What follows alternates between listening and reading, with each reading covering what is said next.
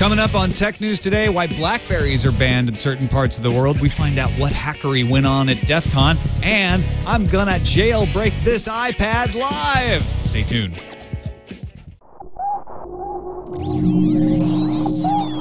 Netcasts you love. From people you trust. This is TWiT. Bandwidth for Tech News Today is provided by Cachefly at CACHEFLY.com.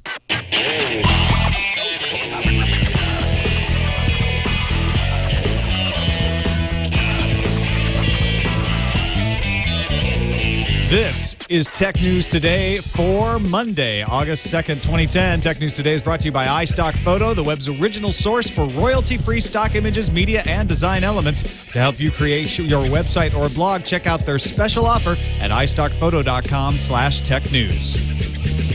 Welcome to Tech News Today. I'm Tom Merritt. And I'm Sarah Lane. I'm Darren Kitchen. Behind the board is our incredibilizing producer, Erik Lanigan. What am I making incredible? I don't know. The show, hopefully. We made up. Yeah, well, yeah, exactly. The show. He's the incredibilizer. Yeah. This is the show where we kick around the tech news of the day, and Darren Kitchen just wrote in dust falling off of him from Las Vegas where he was at DefCon. That was an epic experience. Yeah. Yeah. That's a great conference. Everybody should go. You're jazzed by this conference. Yeah, I've been to HackerCon, small and large, and this one is on a completely different level. It's epic. They printed, I think, 7,500 badges, and then they ran out, and then started issuing paper badges. I forget what. I've heard 9,000 being kicked around. I'm not sure what the total count was, but a lot of hackers, federal agents, spies. Good people. Well, yeah. Now you went to DefCon, which happens right after Black Hat. What's the difference between the two? Well, DefCon is kind of the less expensive, anyone can come version, and Black Hat is the more serious business. Or the industry. It's the industry stuff. Yeah, okay. Yeah, or industry, as I just pronounced it. Or industrious. Yeah, I like that. So, so what did you see at DefCon that was pretty awesome? I saw so many great things, and it's like Disneyland. You have to just keep going back and back, and they have so many traditions and stuff that I'm learning. Right now, I'm rocking the I Spotted a Fed T-shirt. So you actually spotted a Fed? I spotted a Fed. That's a thing at DefCon, right? It is. When you spot a Fed at DefCon, you have to tell one of the goons, which is their security squad, and you can either out them in public. But the guy, actually approached me as a Hack 5 fan, so I wasn't gonna, you bust his. Did he just tell you he was a Fed, or did you figure it out? I could tell you, but who I'd have gives to you tell the T-shirt? The Fed? The goons. So the goon gives me the I Spotted a Fed T-shirt, and then him the I am the Fed. But you didn't have to out the Fed in order to get the T-shirt. I outed him in private among the goons. Yeah, rather than making the whole big spectacle of it that it normally is. Try to screenplay about your weekend. Yeah. My life among the goons. Yeah. So there's that. There was so much great hardware hacking going on. I saw a UAV, one of those unmanned aerial vehicle. Exactly. Sweet. It was a homebrew setup built by some industrious hackers that were putting together an airplane that could go ahead and take off over manual control, switch over to auto, where it just uses its own guidance system built on Arduinos and GPS chips. They can give it a position based on Google Maps and say, go fly around that building. Once it's there, they can see live photos of it from the cameras on board. They can log into the UAV and then start launching some Wi-Fi hacks on this place, because it's all about proximity. And it's like, all right, you might not be able to get over the fence with the barbed wire, but you send your unmanned aerial vehicle in. Nice. That's what's up.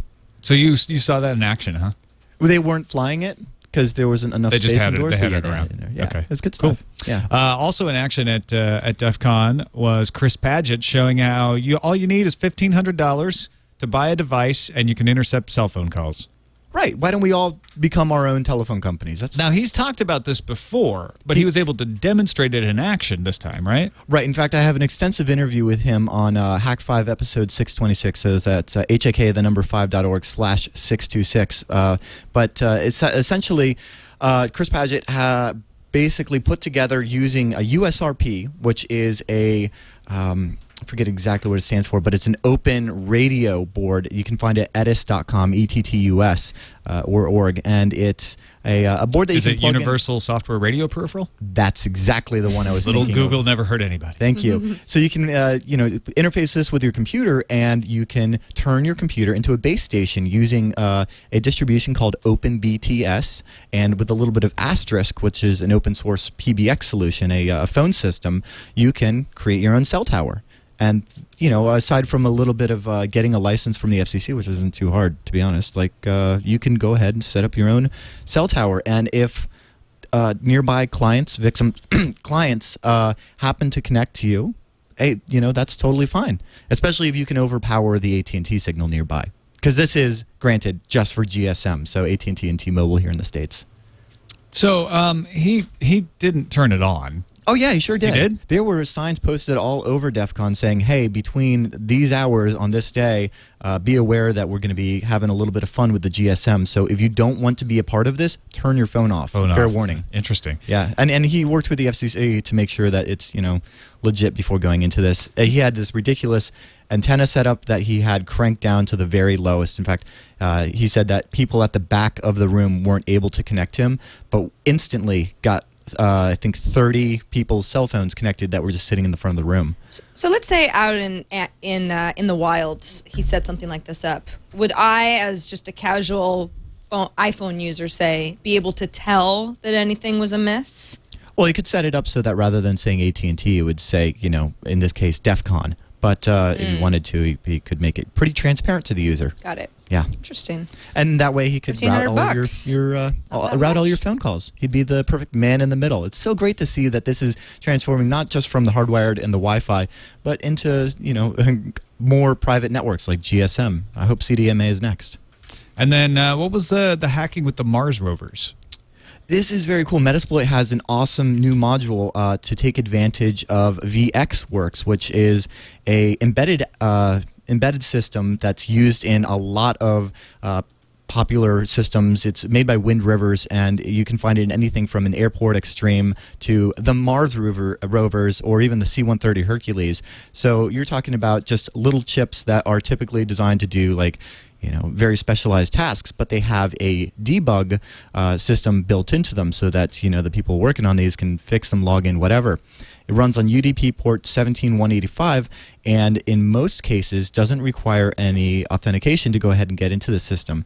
So HD Moore added this to Metasploit, which is a free hacking framework. It's very popular and awesome, and used it to scan over over 250,000 systems online, and found that they were all exposed to this vulnerability. So he's issued. He let the CERT know, and they've issued advisories, and the manufacturers are talking about ways to, patch this. But it's interesting to think that, hey, why not hack an aircraft? Well, yeah, that you could. That you could. And using this, you could dump the memory and find any plain text passwords that might be set in it. And anyway, if you're into aliens this kind could do of stuff, that to the Mars rover. This is very much like what was Independence Day, where Will Smith put the flies virus into the in? yeah. It's like, you can't hack an alien spacecraft. Well, I don't know. You can hack a Hercules C-130. Yeah, so why not? Yeah. And then there was also a lot of hullabaloo over the Android rootkit, and we were getting into it upstairs. But essentially, you were saying this is not a big surprise. Well, essentially, it's the same like an application. You could write the same thing as an application. This Android rootkit that we're talking about, and don't get me wrong, I'm not belittling this research. I think it's great stuff. Essentially, it's a system that allows one to fully take advantage of a phone remotely. So by calling the phone or issuing commands to it remotely, you could use the GPS in there. You could, take a look of all the text messages being done, and this is the same kind of stuff that. So all you need is a phone number in order to own the phone. Well, no, you would need to get the phone to run this kernel module. Okay. That's the thing about it is since so you need physical access. You would need to get access to this phone, but since it's a kernel module, this is only a matter of time before Google and the manufacturers make some sort of change so that they have to be signed in order to run. And that's kind of the idea with DefCon, is that they talk about all these vulnerabilities as a way of saying, hey, these things need to be fixed. I mean, a lot of people hear these stories and they say, why are we allowing these criminals to get together in Las Vegas and, not just criminals, share all these secrets to hack each other? And that's not the point, right? Yeah. It's not just, and I think criminals is a harsh word when it comes to hackers. Yeah. But, you've got your hackers, you've got your black hats, you've got your security professionals, all basically the same thing with varying levels of paychecks.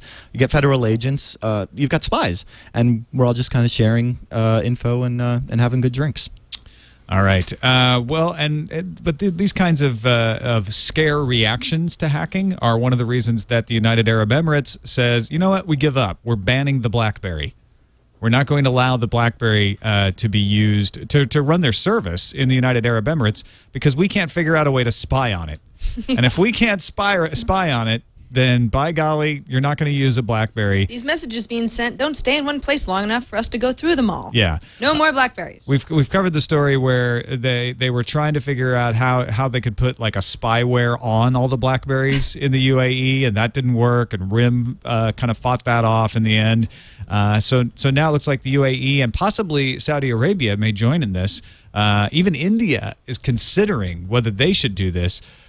But the point, what I think is really weird about it is that is this for citizens? Is this for travelers? What the deal is with the BlackBerry is that the local services are run by BlackBerry because BlackBerry has that push notification, right? And instead of accessing through VPN some remote server to get your email, you're getting it from BlackBerry. And ideally, you get it faster that way and more reliably that way.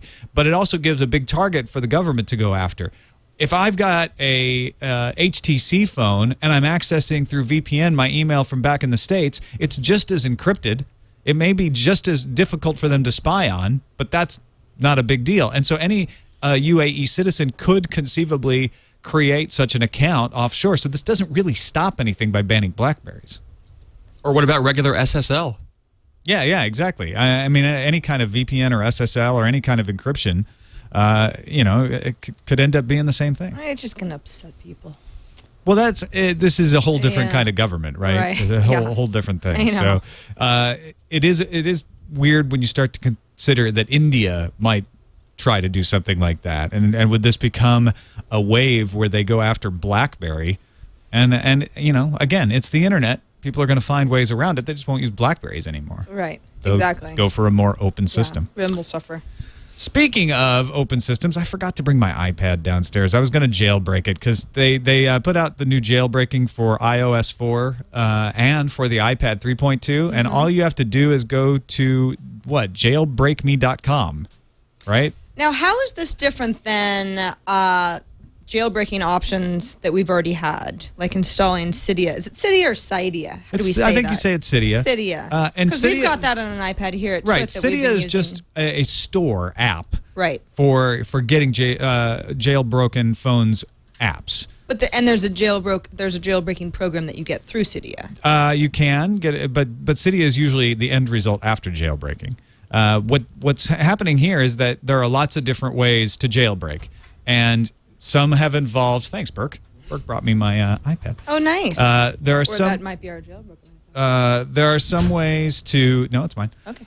There are some ways to jailbreak that require running software off your computer and jailbreaking the phone that way. Once that I know of in the past, you've been able to just take your phone to a site and it'll break it right there. The jailbreaking is just getting in under the skin and figuring out how to run unsigned code.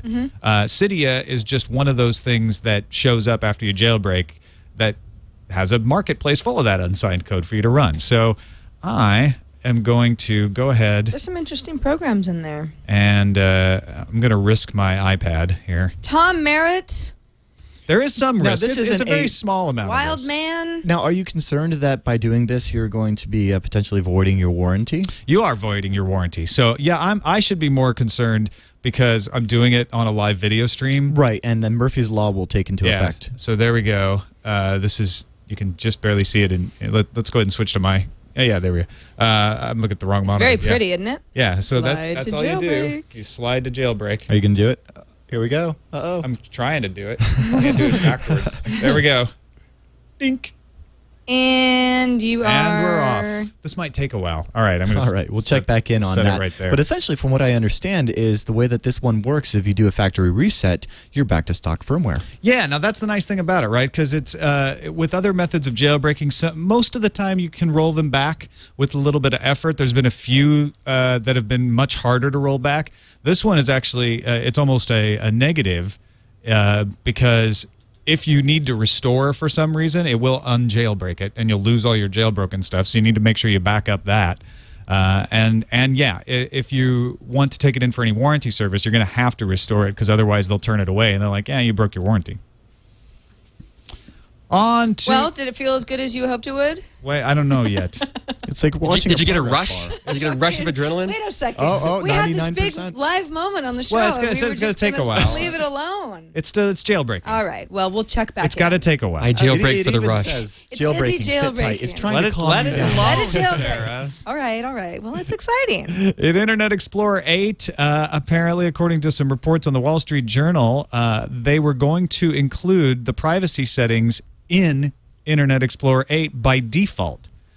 This was the privacy settings in IE8 that were designed to just kind of, turn off mouse tracking and scripts and all that sort of stuff. And the folks in the marketing department at Microsoft said, now, wait a minute. If you turn on the in-private filter by default, that means that all of the advertising we sell isn't going to show up in Internet Explorer, the most popular browser among people who use Microsoft websites. And by the way, by far. we would like to serve these ads to the public. That's not a So That's conflict it. of So it's interest. not. So, are we done? Yeah, it says a city has been added to the home screen. Have We're fun. jailbroken. What do we do just now? in. We're Is that wild. really We're it? free. Where do we run? Congratulations. I don't Zombie know. attacks. It doesn't work anymore. You jailbroke it. But the emphasis on broke. Uh-oh. No, there. Now it's working. If, Oh, only, there's if Cydia. only hacking Hercules C-130s was this easy. Who are you? Yeah, see? That's me who I am. Hey, hey. I am a user. Say, I am a hacker. say developer and see what happens. You say No that, and I go straight to filters. Tron. Yeah. So, All right, very nice. Anyway, I'm sorry. So we were saying IE8. so the in-privacy filter, that's what it's called, right? It's still in your options. You have to turn it on In now. It's private- not the- on by default. The in-private filter, you have to turn it on by default every time you use the browser. You can't, without a registry hack, This I didn't realize. you can't actually keep it on by default. Every single time you launch that browser? Yeah. Oh, well, that's bunk. You have to go into the in-private filter. That's a bunch of Yeah. baloney and malarkey it's and horsepucky. All of those things. So it's a case of a company's conflicting interests actually harming the users, because in this case it said that a huge percentage of websites that Microsoft serves ads on was adding these tracking cookies. Meanwhile, this other part of the company who is designing the web browser says, well, let's help. We want to help consumers. We want to make a better browser, so we should disable these things by default. And they said no, and they won. Yeah, well, it was a classic case of the money winning over the user case. The user case, the usability of something. That is certainly not a shock. It's not a shock, but it's still disappointing to hear something like that. I don't really, it wouldn't bother me so much if this was an option that you could enable, but the fact that you have to enable it every time, Yeah, you it's an restart option your you can computer for all enable, but sorts it's of different stifled. reasons. Yeah. Yeah, And I I wouldn't mean be that's just bad. I wouldn't be surprised if there's some power user registry tweaks so that you don't have to enable it every time. Right. But seriously, those power users are probably already using Chrome, Firefox, you name it, Exactly. and I'm sure we have some emails to that effect. Yeah, winhelponline.com, you can find the registry hack. Excellent. That'll allow you to do it. But yeah, it's I mean, not, these are the not sorts of something most things people are that gonna do. people, it makes them feel like something's wrong with their computer, right? Hey, didn't I already change this? It's not sticking. Something's wrong. The sort of deliberate confusion thing, so that folks stop going in there and turning on their privacy is what bothers me. Microsoft has responded to this report in the Wall Street Journal saying people want online services that are personalized to meet their needs and assurance that their privacy will be protected. Microsoft designed Internet Explorer 8 to offer people a variety of privacy protections. Recently, the advocacy group Center for Democracy and Technology conducted a browser comparison study which demonstrates the strength of the protections provided by IE8. In other words, just pay no attention to this story. What we did was We right. prefer you don't think about this. We prefer you not be concerned about this. Interesting trivia. You know, the only web browser currently that comes by default with disable accepting third-party cookies? Is Safari. Safari. Not even Chrome. Ah. Or Firefox. Firefox, you have to turn it on, but then it'll stay on. Yes. Chrome, you have to turn it on. But Safari comes the way. And Apple is in that advertising game now. Yeah. So maybe we'll see if that changes. WikiLeaks has posted a mysterious insurance file up on the web. It is an encrypted file. It's encrypted with AES 256. It is a huge file at 1.4 gigabytes, dwarfing most of the other files on WikiLeaks. And there is wild speculation of why that file exists, most of which centers around some sort of leverage if the United States military, which is going after WikiLeaks over the leak of the Afghanistan documents, decides to put it against the wall, try to get it shut down, somehow arrest Julian Assange, they would say, we'll release the key to this file, which has been downloaded. You've got to figure millions of times by now. Definitely. Because people I'm are curious just people curious. who are wondering, what's inside here? So what would this be? More classified information that perhaps is plausible deniability. It could be a red herring. It could be lots of things. And I find it very interesting that this is a new way of doing this. You know how the cat can never go back in the bag when it comes to the internet? You can never delete anything off the internet. I mean, courts have tried. I mean, look at DCSS way back in the day. And yeah, the courts got DCSS off that website, but it was already by then mirrored a million other places on T-shirts, mouse pads, you name it. But to go this route and put the information out there, but keep the key until what? Well, I don't know. There could be scripts that if people don't check in at certain times, will release the key. You never know. This is it's good cloak and dagger stuff. It's almost like it's a clever way. Daniel Suarez demon kind of stuff. Maybe the password is ABCDEFGHIJ. You're just going to make it the easiest possible password to decrypt. Somebody's tried that. Yeah, I'm sure somebody's working on brute forcing this anyway. I mean, not like you're going to have much luck with an AES 256 file, but it's definitely a clever way to mass distribute something. It's a clever way to keep yourself from disappearing too. Yeah. The best ideas of what's in that file, there were 90,000 Afghan war documents. They only posted 77,000 of them. WikiLeaks said that we didn't feel responsible disclosing the other ones. And you can have an argument about whether they were responsible at all in disclosing any of them. But those could be the extra files. Although this thing is so huge, it's got to be more than that. A lot of people have suggested that the files that came from Bradley Manning are not among the 77,000 that were posted, and that he sent over 500,000 pages. This is all speculation, and that would be what's in the insurance file is the stuff that Bradley Manning sent. So nobody really knows for sure. Like you said, people are hacking away at this right now. We'll see if anybody breaks through it, but there's probably not much hope of that. But an interesting game being played out on the internet by WikiLeaks. Let's go to a lighter story. Nielsen has released a bunch of statistics today. Among them, some show what Americans spend most of their time doing. It's not reading WikiLeaks Afghanistan documents. It's not actually even reading the news. It's playing games and taking part in social networking. Social networking now has a 22.7% share of the PC pie, and 10.2% of people are doing online games. I mean, I would like to know what is included under the social networking umbrella. But No, I don't know. If I share it with you, we're being social. That's sharing is caring. I mean, Flickr, for example, I consider that a social network because I have contacts and we talk to each other and this and that. So I'm sure if you actually read into the Nielsen study, they probably got a definition of what it is. But yeah, I think it's a broad range. Then that it applies to me. That's for sure. This is the share. The majority of my usage is definitely that. The share of internet time spent from PCs and laptops, and social networking has jumped a huge amount over the past year, from 15.8% of the time to 22.7%. Online games has gone from 9.3 to 10.2. The big hit has come to email. People used to spend 11.5% of their time doing email. That's gone down to 8.3%, so a drop of 28%. People just aren't emailing like they used to. Well, I think that... Are they emailing, or are they doing the same thing in other closed systems, such as messaging on Facebook? Exactly. Or are they emailing on their mobile phones? It says that emailing now consumes 41.6% of all U.S. mobile phone internet time.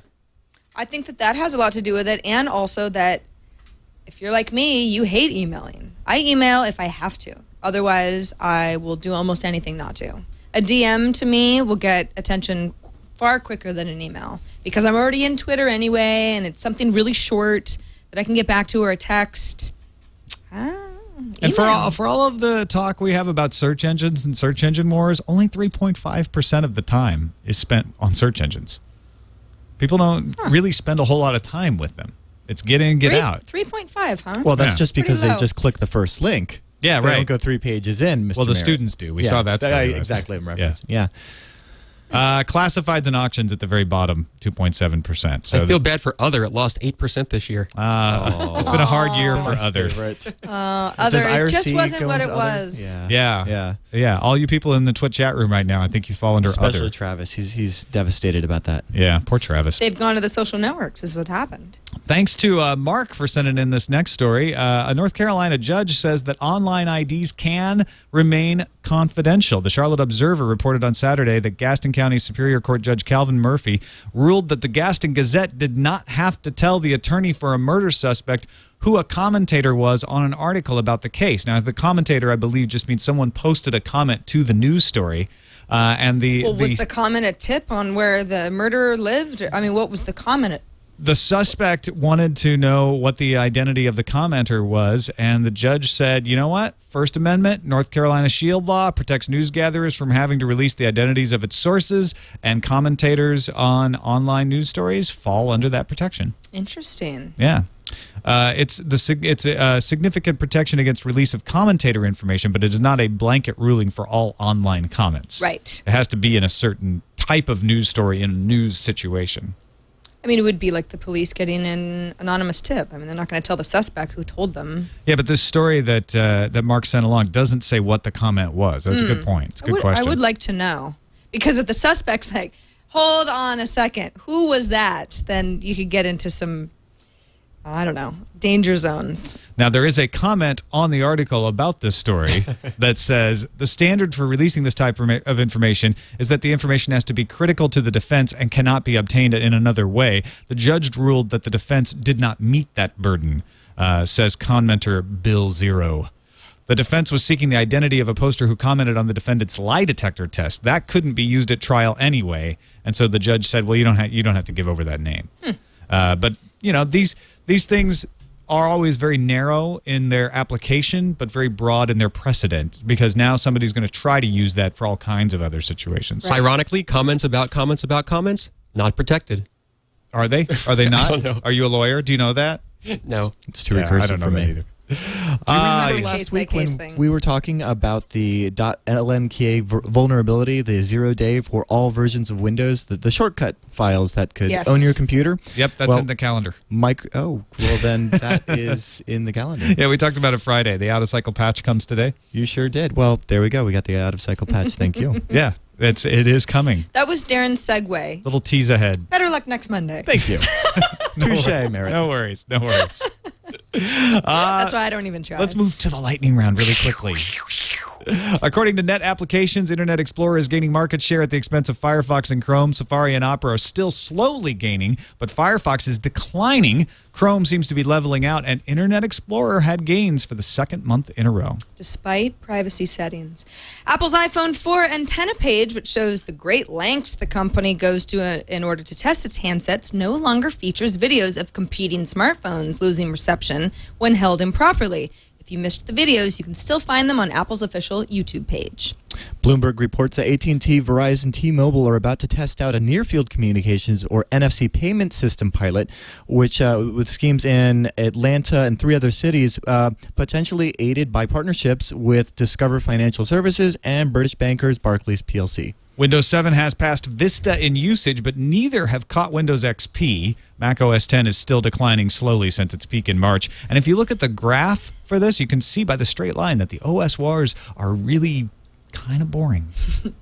Android sales have overtaken iPhone sales in the U.S., according to Nielsen's numbers for the latest quarter of the year. Android had 27% of new subscribers, while iPhone had 23%. 89% of iPhone users say their next phone will be an iPhone. 71% of Android users will stick with what they know, but only 42% of BlackBerry users will stay loyal.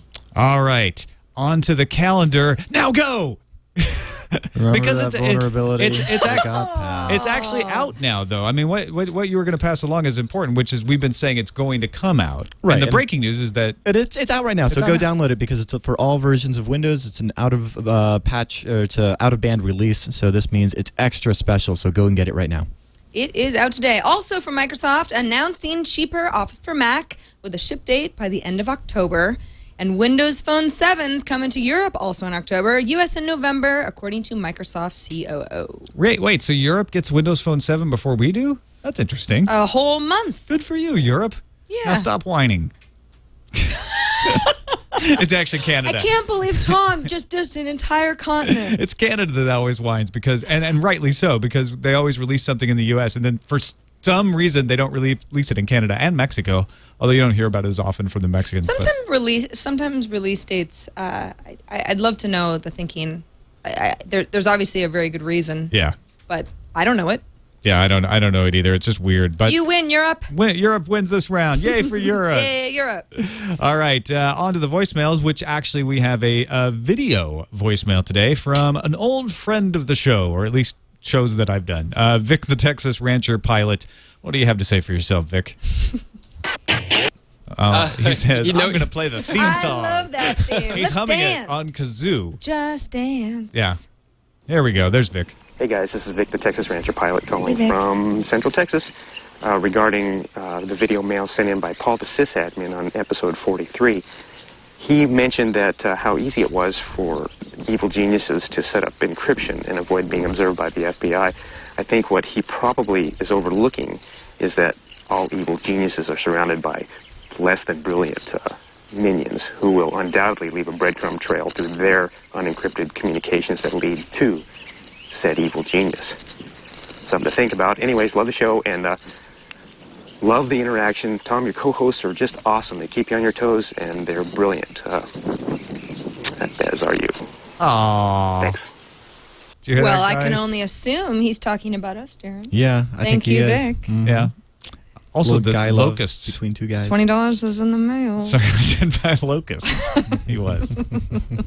All right, thanks for that, Vic. What did you think of that, about the evil genius thing? Well, I've actually seen something like this before, where people go through the trouble to go ahead and TrueCrypt or encrypt documents, important stuff, and then they keep all of the passwords in a plain text file.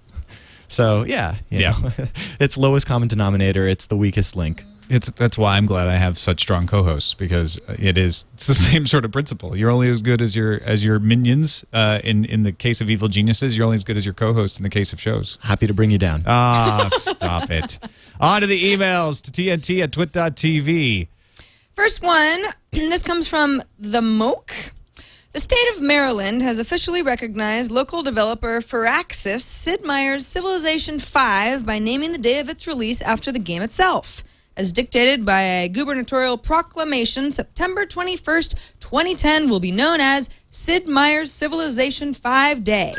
Governor Martin O'Malley signed the proclamation today, citing the achievements of legendary designer and studio founder Sid Meier, a longtime and celebrated Marylander who has spent his full professional life in this state. Thanks, the Moke. Thanks, the Moke. Marylander. Yes. Yeah, I wonder if the Moke is also from Maryland. He might be. I would venture a He might guess be. He's got to that be it's from yes. the area. But yeah, I'm a big fan of Civilization, so I kind of can get behind this. Although you'd think the government might have better things to do in Maryland than make the proclamation. I don't think the Moke would agree with you, Have Tom. you ever been to Maryland? I have. Yeah, several times. Marylanders. I love that it's not Sid Meier Day. It's Sid Meier's Civilization 5 Day. Yes. It's like, you know what? This could be branding. This could.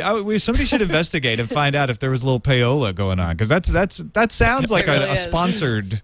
Either that or Maryland is like, listen, Sid Meier, there's some stuff you've done that we don't like very much. Civilization 5 is not one of those things. Right. That's why Civilization 5 gets this. Civ 4, we were not fans of, Sid. But No day for 5, you. we're all in. Yeah. Or if in these tough economic times, Maryland is trying out some new revenue models. Exactly. I think we need to uncover something here. It's Where's like, TNT Day? Is that Infinite Jest? Is that the book where they start selling holidays, or they sell the name of the year to advertisers?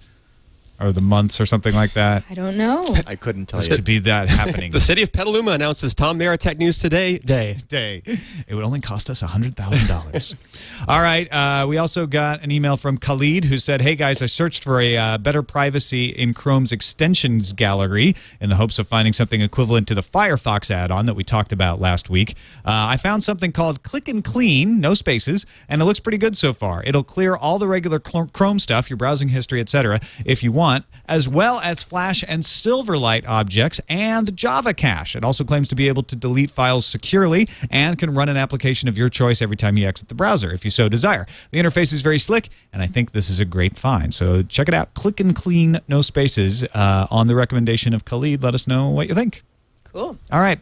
We want to thank our sponsor, iStock Photo. They've been around for 10 years now. They're the original source for high-quality stock images and media, design elements on the web. Everything is royalty-free. They're great for designers, advertisers, entrepreneurs, bloggers. I know tons of people. Ken Shepardson, our IT guy, just got back from vacation. He's talked them up to me. He says he uses them all the time. My wife uses them at Revision 3 to create all kinds of good stuff for videos that they don't have to worry about. They can just go back to the well because it's royalty-free. So anyway, if you're a photographer or designer, it's great for that. But they also have videos, music, sound effects, flash files, 3D renders, and logos. iStock Photo helps you get creative and say what you want to say without having to worry about all the licensing terms. And they have gorgeous visuals as well. It's affordable, too. Millions of web resolution images from as low as $1 an image, and they make it easy. They're given 15% off bundles of 50 credits or more. Check it out. Go to istockphoto.com/technews, and you will get a chance to save 15% off. So why don't you give them a try? iStock Photo, if you're a blogger, you're a designer, you're looking for this stuff, even if you're a podcaster and you're looking for some music beds or some sound effects, istockphoto.com/technews. Well, that's it. Any other thoughts from DefCon before we wrap up? I want it to end. No, she's saying no, she doesn't want it to end. She wasn't saying no, don't ask Darren about DefCon. Oh. He looked for a second like you were like, no. Oh, no.